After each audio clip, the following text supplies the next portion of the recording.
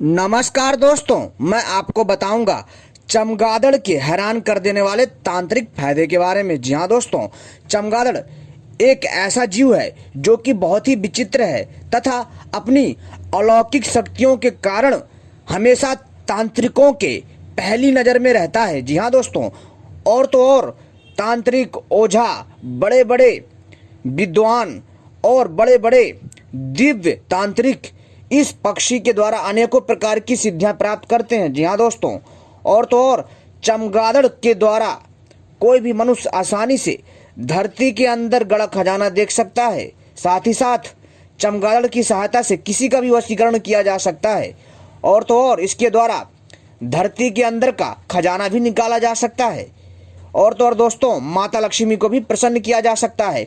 पूरी जानकारी बताऊंगा दोस्तों इस वीडियो में, तो आप सभी से अनुरोध है हमारे साथ बने रहें। यदि आप इस रहस्यमयी तांत्रिक पक्षी चमगादड़ के बारे में जानना चाहते हैं, इससे जुड़ी दिव्य प्रयोगों को जानना चाहते हैं, तो इस वीडियो को पूरा और आखिरी तक देखिएगा, क्योंकि मैं अपने चैनल के माध्यम से ऐसी ही रहस्यमयी जानकारी लाता रहता हूं जो आपके ज्ञान में वृद्धि करता है।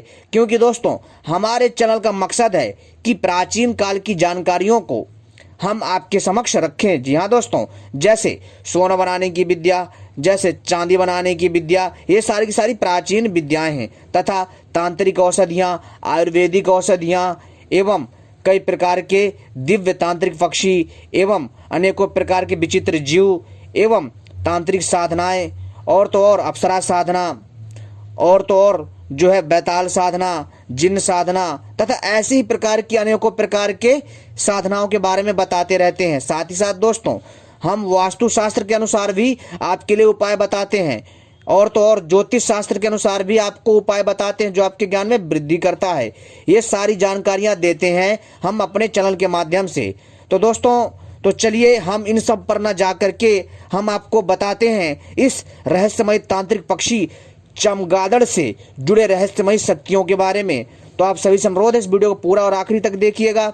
और दोस्तों सबसे पहले आप हमारे चैनल को सब्सक्राइब कर लीजिए ताकि आपको हमारी सारी जानकारी मिले, और वीडियो को भी लाइक कर लीजिए। जी हाँ दोस्तों, जब आप हमारे चैनल को सब्सक्राइब कर लेंगे और घंटी को भी सही प्रकार से दबा लेंगे, तो दोस्तों हमारा संकेत आपको समय पर प्राप्त हो जाएगा। और वीडियो को भी लाइक कर लीजिए, क्योंकि हम अपने चैनल से ऐसी ही दिव्य जानकारी लाते रहते हैं। दोस्तों आपके चैनल को सब्सक्राइब करने से और घंटी को सही प्रकार से दबाने से और हमारी वीडियो को सही प्रकार से लाइक करने से हमें दोस्तों मोटिवेशनल मिलता है, हमारा हौसला बढ़ता है, जिससे हम आपके लिए और भी अच्छी अच्छी रहस्यमयी जानकारी लाते हैं। तो दोस्तों चलिए हम बताते हैं इस तांत्रिक पक्षी चमगादड़ के बारे में, इससे जुड़े रहस्यों के बारे में, इससे जुड़े चमत्कारी तांत्रिक शक्तियों के बारे में। तो आप सभी से अनुरोध है इस वीडियो को पूरा और आखिरी तक देखिएगा, तभी आपके समझ में आएगा। नहीं तो दोस्तों कुछ समझ में नहीं आने वाला है, क्योंकि आप आधी अधूरी वीडियो देखोगे और कमेंट करोगे तो फिर कुछ समझ में नहीं आने वाला। तो दोस्तों चलिए हम आपको बताते हैं इस रहस्यमय चमत्कारी पक्षी के बारे में। दोस्तों क्या आपको पता है कि रातों रात आपको माला माल कर देगा चमगादड़ का यह प्रयोग? जी हाँ दोस्तों, जो मैं आपको बताने जा रहा हूँ। जी हाँ, तो दोस्तों आपको एक चीज़ और बता दूँ। जी हाँ दोस्तों, कि यह एक ऐसा उपाय है कि मैं आपसे क्या बताऊं। जी हाँ, आप दोस्तों यकीन नहीं मानेंगे कि किसी भी, जी हाँ दोस्तों, किसी भी परिस्थिति में अगर आप इनका प्रयोग करते हैं तो आपको लाभ जरूर होगा। चमगादड़ आपको रातों रात माला माल तो बना देगा, साथ ही साथ दोस्तों यह आपको अद्भुत तांत्रिक शक्ति भी प्रदान करेगा। चमगादड़ का प्रयोग, जी हाँ दोस्तों, चमगादड़ का प्रयोग आज से नहीं बल्कि तंत्र क्षेत्र में पौराणिक काल से किया जा रहा है। चमगादड़ का प्रयोग खासकर वशीकरण के रूप में सबसे अधिक किया जाता है। जी हाँ दोस्तों, और इसका वशीकरण इतना तीव्र होता है कि यदि किसी को कर लिया जाए तो दोस्तों वह वशीभूत हो जाएगा, चाहे कितना ही पत्थर दिल की ना हो। दोस्तों यह प्रयोग भी मैं बताऊंगा कि वशीकरण कैसे करें, तो वीडियो के साथ हमारे साथ आखिरी तक बने रहें, तभी समझ में आएगा। और हमारे देश में बड़े बड़े, जी हाँ दोस्तों, बड़े बड़े जो तांत्रिक हैं, ओझा हैं, जी हाँ दोस्तों, जो संत महात्मा भी वशीकरण करने के लिए चमगादड़ का प्रयोग करते हैं। भारत में कई स्थानों पर, जी हाँ दोस्तों, भारत में कई स्थानों पर चमगादड़ के जो छोटे स्वरूप होते हैं, जी हाँ दोस्तों, उनकी आज भी पूजा की जाती है, अर्थात माँ लक्ष्मी का स्वरूप इसे माना जाता है। जो दोस्तों चमगादड़ के जो छोटे पक्षी होते हैं उसको माता लक्ष्मी के का सवारी माना जाता है, जैसे उल्लू को भी माना जाता है। लेकिन दोस्तों एक और प्राचीन प्रचलित प्रथा है जिसमें जो चमगादड़ का जो छोटा प्रजाति का जो चमगादड़ होता है उसको भी माता लक्ष्मी का स्वरूप तथा माता लक्ष्मी का वाहन माना जाता है। कहा जाता है कि छोटे चमगादड़ जो होते हैं ये बड़े की तुलना में बहुत ही छोटे होते हैं और इन्हें माँ लक्ष्मी का वाहन कहा जाता है। ये जिस घर में होते हैं वह घर अन्न और धन से भर जाता है। दोस्तों आपने देखा होगा कि गांव में और अन्य क्षेत्रों में आपको छोटे छोटे प्यारे प्यारे और थोड़े डरावने सी शक्ल वाले चमगादड़ के बच्चे मिल जाते घूमते हुए उड़ते हुए, यानी कि वो बच्चे नहीं होते, वो छोटे चमगादड़ होते हैं। ठीक है दोस्तों।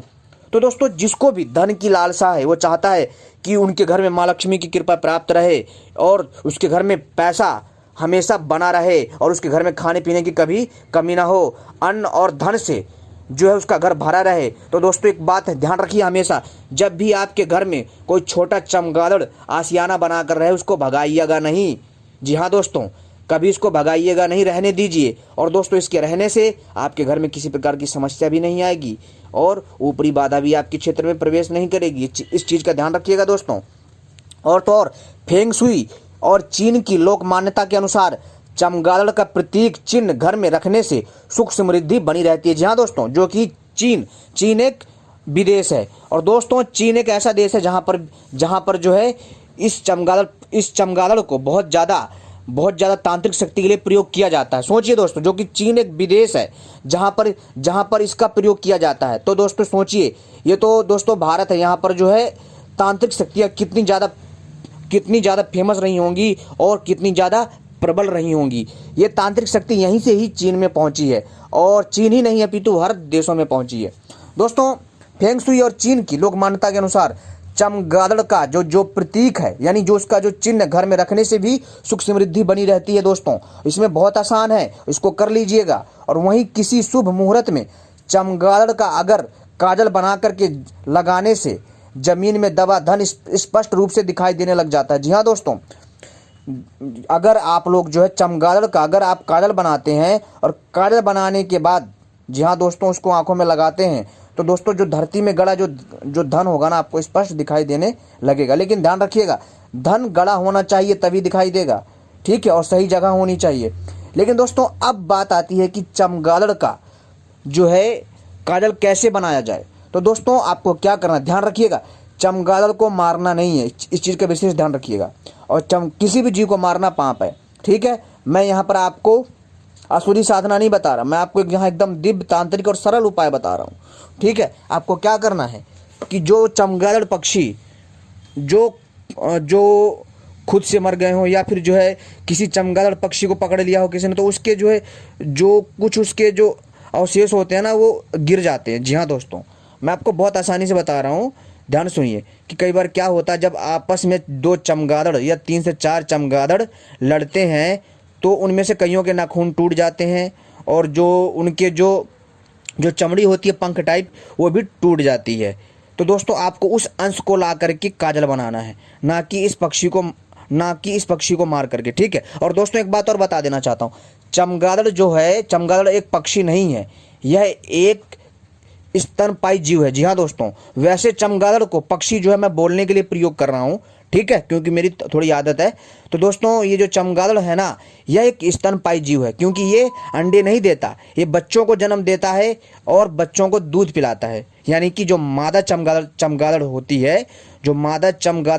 है वो बच्चों को जन्म देती है, दूध पिलाती है, ना कि ये अंडे देती है, ठीक है। और दोस्तों यह पक्षी नहीं है, यह एक जो स्तनपायी जीव है। कौन? चमगादड़, ठीक है।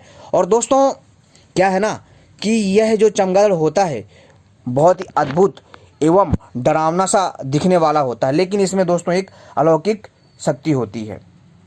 दोस्तों आप जब इसके अंशों को लेकर के काजल बनाओगे और इसमें दोस्तों आपको क्या करना है कि इसमें आपको अंकोल का तेल मिला करके काजल बनाना है और इसको आंखों में लगाना है और जहाँ खजाना हो वहाँ आप देखिए, वहाँ खजाना दिखेगा, ठीक है। अब अगला प्रयोग सुनिए दोस्तों।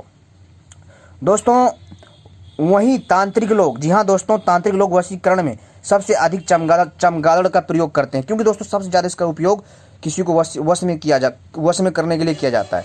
इसके काजल और अंकोल के तेल को, यानी चमगादड़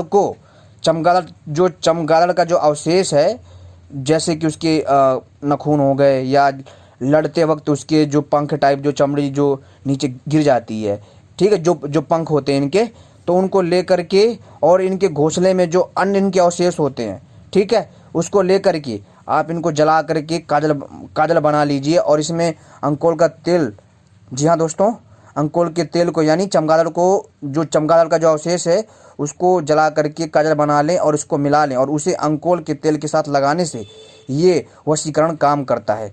जिसे भी आप एक बार आँख भर करके देख लेंगे, यानी कि जब आप ये काजल बना लेंगे, आंखों में आपको लगाना है, जिसको आप देख लेंगे वह व्यक्ति जो है वश में हो जाएगा, चाहे वो कितना भी पत्थर दिल क्यों ना हो, वह भी पिघल कर आपके वश में हो जाता है। इससे आप एक साथ अनेक लोगों को भी अपने वश में कर सकते हैं। दोस्तों ऐसा नेता लोग करते हैं, जी हाँ, जो नेता हैं, राजनेता हैं, वो लोग जो है क्या करते हैं कि चमगादड़ जो पक्षी होता है, यानी कि जो चमगादड़ जो स्तनपायी जीव होता है, इसको जो है कई जो बड़े बड़े जो नेता हैं, जो लालची टाइप के हैं, वो चमगादड़ पक्षी को मरवाते हैं और फिर इसका जो है वो क्या करते हैं कि इसका काजल बनवा करके आंखों में लगाते हैं और फिर इसके बाद वो लोग जो है लोगों को वशीभूत करके लोगों से चुनाव में विजय प्राप्त करते हैं। ऐसा भी देखने में और सुनने में आता है। लेकिन दोस्तों यहाँ पर जो मैंने आपको साधारण प्रयोग बताया है, ठीक है, इस चीज़ का ध्यान रखिएगा। दोस्तों किसी भी जीव की हत्या करके कोई भी धन प्राप्त नहीं करना चाहिए, क्योंकि ऐसी मान्यता है कि ऐसा धन स्वयं का ही नाश करता है। ये सच है दोस्तों, जो किसी का गलत करके धन प्राप्त करता है उसका धन स्वयं उसके नाश का कारण बनता है। इस चीज़ का विशेष ध्यान रखिएगा, ठीक है।